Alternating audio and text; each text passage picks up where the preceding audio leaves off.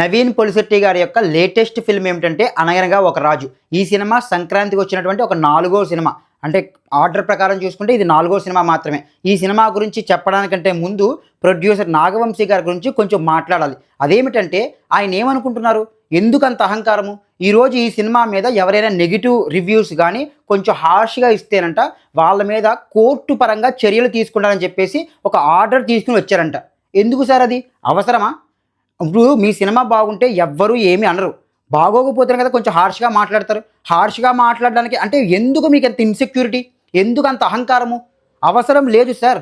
మీరు ఏమనుకుంటున్నారంటే నా దగ్గర డబ్బు ఉంది, నా దగ్గర పలుకుబడి ఉంది, నా దగ్గర రాజకీయ అంటుంది కాబట్టి నేను ఏం చేసినా చెల్లుతుంది అనుకుంటున్నారు. ఇండివిజువల్ వాయిసెస్ని యూట్యూబ్లో ఉన్న వాటిని తొక్కాలి అని మీరు చూస్తున్నారు. దానివల్ల ఏమీ ఒరగదు సార్. ఇంకా మీ యొక్క క్రెడిబిలిటీ అనేది నానాటికి దిగజారిపోతుంటుంది. దిగజారిపోయింది కూడా చాలా. మీకు అర్థం కావట్లేదేమో. ఒకప్పుడు తెలుగు ఫిల్మ్ ఇండస్ట్రీలో దిల్ రాజుని బాగా హేట్రెడ్ చేసేవారు అందరూ యాజ్ ఏ ప్రొడ్యూసర్గా. ఇప్పుడు ఆ స్థానాన్ని మీరు తీసుకున్నారు. ఈరోజు మీ మీద ఉన్నంత హేట్రెడ్ ఏ ప్రొడ్యూసర్ మీద కూడా లేదు. మీరు ఏది ఇచ్చినా సరే అది నెగిటివిటీ అయిపోతుంది. కాబట్టి మీరు కొంచెం అహంకారాన్ని తగ్గించుకుని కొంచెం ఫ్రీడమ్ ఆఫ్ స్పీచ్ని రెస్పెక్ట్ చేయడం అనేది నేర్చుకోండి. అప్పుడు మీకు మంచిదే. ఇంకా సినిమా విషయానికే వద్దాం. నవీన్ పొలిశెట్టి గారు సినిమాకి కూడా చాలా గ్యాప్ తీసుకుంటే నా ఫ్రెండ్స్ వాళ్ళు కూడా ఎందుకంత గ్యాప్, తీసేవి రొటీన్ కామెడీ సినిమాలే కదా, దానికి ఎందుకు అంత గ్యాప్ అంటూ నేను ఆయన్ని సపోర్ట్ చేసేవాడిని. ఆయన అందరిలాంటి యాక్టర్ కాదు. ఒక అమీర్ ఖాన్ లాగా, ఒక రక్షిత్ శెట్టి లాగా ఆయన కెరీర్ని ఆయనే డిజైన్ చేసుకుంటున్నాడు. ఆయనకి సబ్జెక్టుల మీద గ్రిప్ ఉంది, ఆయనకి స్టోరీ సెలక్షన్ బాగా తెలుసు, ఆయన కెరీర్ని బాగా డిజైన్ చేసుకోవడానికి టైం తీసుకుంటున్నాడు అని నేను ఆయన్ని సపోర్ట్ చేసేవాడిని. కానీ ఈ సినిమా చూసిన తర్వాత నాకు అలాంటి భావన ఏమాత్రం లేదు. మీరు తీసే ఇలాంటి జెనరిక్ ఒక ఫ్లాట్ స్టోరీకి ఇంత generic and disappointing comedy routine comedy సినిమాకి ఇన్ని సంవత్సరాలు తీసుకోవడం అవసరమా సార్? ఇది ఏమైనా పెద్ద లగానా? నేను లగాన్ తీస్తున్నాను అందుకని 2-3 ఏళ్ళు తీసుకున్నానంటే ఒక అర్థం ఉంది.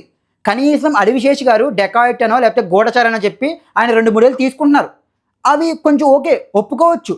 మీరు తీసే ఇలాంటి ఒక జనరల్ రొటీన్ కామెడీ సినిమాకి 2-3 ఏళ్ళు అవసరమా సార్? 2 నెలలు ఎక్కువ. కరెక్ట్గా కూర్చుంటే 10 రోజులు ఈ స్టోరీ రాయొచ్చు విత్ డైలాగ్స్. ఒక 2 నెలలు, ఒక 50-60 రోజుల్లో సినిమా తీయచ్చు. 3వ నెల 100వ రోజు తిరగకుండా ఈ సినిమా రిలీజ్ చేయొచ్చు.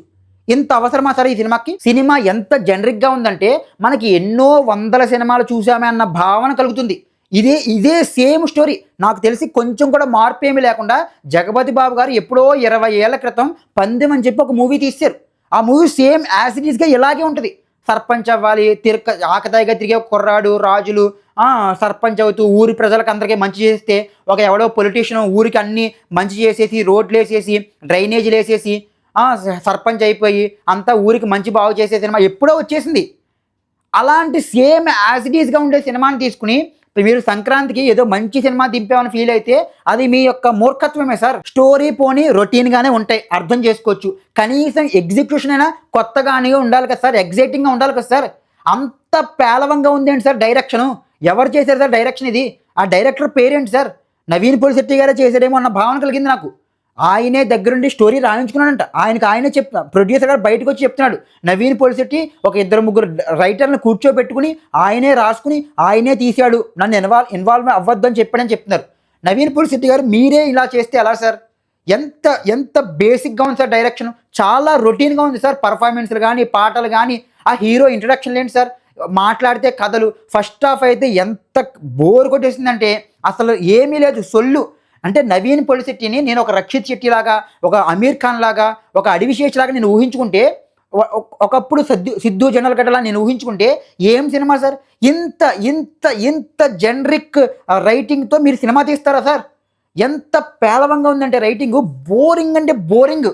అసలు ఏమీ లేదు, ఏదో బచ్చా ఫూలిష్గా రాసినట్టు రాశారు రైటింగ్. అండ్ నవీన్ పొలిశెట్టి గారు ఈ విషయాన్ని మీకు ఎవరైనా చెప్తున్నారో లేదో నాకు తెలియట్లేదు, కానీ ఆ మేకప్ ఏంటి సార్? మీరు సినిమాల్లోనే కాదు, మీరు ఆఫ్ ద స్క్రీన్ కూడా విపరీతంగా మేకప్ ఎక్కువ వేసుకుంటున్నారు. చాలా చిరాగ్గా ఉంటుంది సార్ మగాళ్ళు అంత మేకప్ వేసుకుంటే. మీకు ఎవరు చెప్పట్లేదు సార్ మేకప్ ఏంటని? ఆ సినిమాటోగ్రఫర్ ఎవరండి? కనీసం మేకప్ ఎక్కువ వేసినప్పుడు ఆ లైటింగ్లోనే అది కొంచెం మార్పులు చేసి ఆ మేకప్ కొంచెం తక్కువ కనిపించేలా చేయాలి. తెలిసిపోతుంది. అంత ఎక్కువ మేకప్ వేసుకోకూడదు సార్ మగాళ్ళు. చాలా చండాలంగా ఉంటుంది. ఎవరో టాలెంట్ లేని వాళ్ళు, లేకపోతే నెపో కిడ్సో, లేకపోతే స్క్రిప్ట్ సెలక్షన్ తెలియనటువంటి కొంతమంది హీరోలు ఇలాంటి సినిమాలు చేశారంటే ఒక అర్థం చేసుకోవచ్చు. కానీ మీలాంటి ప్యాషనేట్ అండ్ టాలెంటెడ్ యాక్టర్లు కూడా ఇలాంటి రొట్ట సినిమాలను చేస్తున్నారంటే ఏమనుకోవాలి సార్? చాలా బాధగా ఉంది సార్ నవీన్ పొలిశెట్టి గారు. సినిమాలో ఏది కూడా ఎగ్జైటింగ్ గాను ఇంట్రెస్టింగ్ గాను లేదండి. కథ రొటీన్, డైరెక్షన్ చాలా ఫ్లాట్గా ఉంది, పర్ఫార్మెన్స్లు అంతంత మాత్రంగానే ఏడిచాయి. అసలు టెక్నికాలిటీస్ అయితే మ్యూజిక్ మిక్కీ జే మేయర్ మ్యాక్సిమం ప్రతి సినిమాలో కూడా సౌల్ఫుల్ మ్యూజిక్ ఉంటుంది. ఈ సినిమాలో అయితే మ్యూజిక్ చాలా బ్యాడ్గా అనిపించింది. ఇంకా సినిమాటోగ్రఫీ అయితే చెత్త, వరస్ట్, దరిద్రంగా ఉంది. ఫేస్లు కూడా చాలా చిరాగ్గా కనిపిస్తున్నాయి. మీకున్న బడ్జెట్లు ఏంటి, మీకున్న టైం ఏంటి, మీకున్న వనరులు ఏంటి, మీరు ఇస్తున్న అవుట్పుట్ ఏంటి, ఆ ఇమేజ్ క్వాలిటీ ఏంటి సార్? అంత దరిద్రంగా ఏడిచింది. మీకు ఆ మాత్రం కూడా తెలియట్లేదా? మలయాళం వాళ్ళు, తమిళ్ వాళ్ళు, హిందీ వాళ్ళు ఎంతెంత మంచి క్వాలిటీ సినిమాలు ఇస్తున్నారు. 1 కోట్లు 2 కోట్లు తీస్తున్నారు. మొన్న మధ్య నిరుడు సంవత్సరం వచ్చింది కదా లిటిల్ హార్ట్స్, అందులో ఇమేజ్ క్వాలిటీ ఎంత బాగుంది. వాళ్ళు 1,20,00,000 తీశారు సినిమా. వాళ్ళే అంత మంచి ఇమేజ్ క్వాలిటీ ఇచ్చినప్పుడు మీరు ఎంత ఇవ్వాలి? చాలా చాలా డిసప్పాయింటింగ్ సార్ నవీన్ పొలిశెట్టి గారు ఇది మీ నుంచి రావడం. మళ్ళీ ఇలాంటి రొట్ట కమర్షియల్ సినిమాకి టికెట్ హైక్స్ ఎవరిస్తున్నారండి బాబు? వీళ్ళకి టికెట్ హైక్స్ ఏంటి? వద్దు సార్ నాగవంశీ గారు. మీకు మార్కెట్ని ఎలా గ్రాప్ చేయాలి, ఆడియన్స్ యొక్క మనస్సుని ఎలా గెలుచుకోవాలన్నది మీకు కించెత్తనే తెలియట్లేదు. మీకు 2-3 రోజుల్లో ఆ బడ్జెట్ని ఎలాగైనా లాగేయాలన్నది మీకు అదే టార్గెట్ పెట్టుకుంటున్నారు.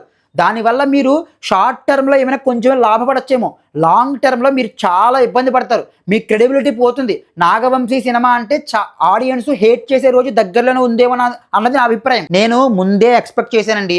ఎందుకంటే స్టార్టింగ్లోనే క్రెడిట్స్లో థ్యాంక్స్ టు త్రివిక్రమ్ అని వేశారు. అప్పుడే నాకు అర్థమైంది త్రివిక్రమ్ కార్డు వేశారంటే థ్యాంక్స్ కార్డులో సినిమా అస్సామని.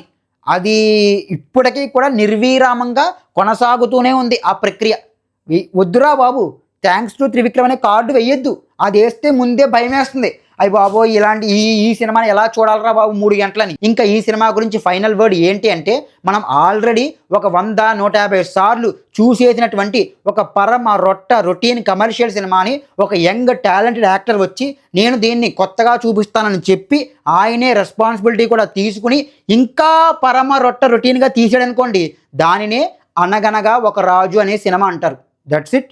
జై హింద్.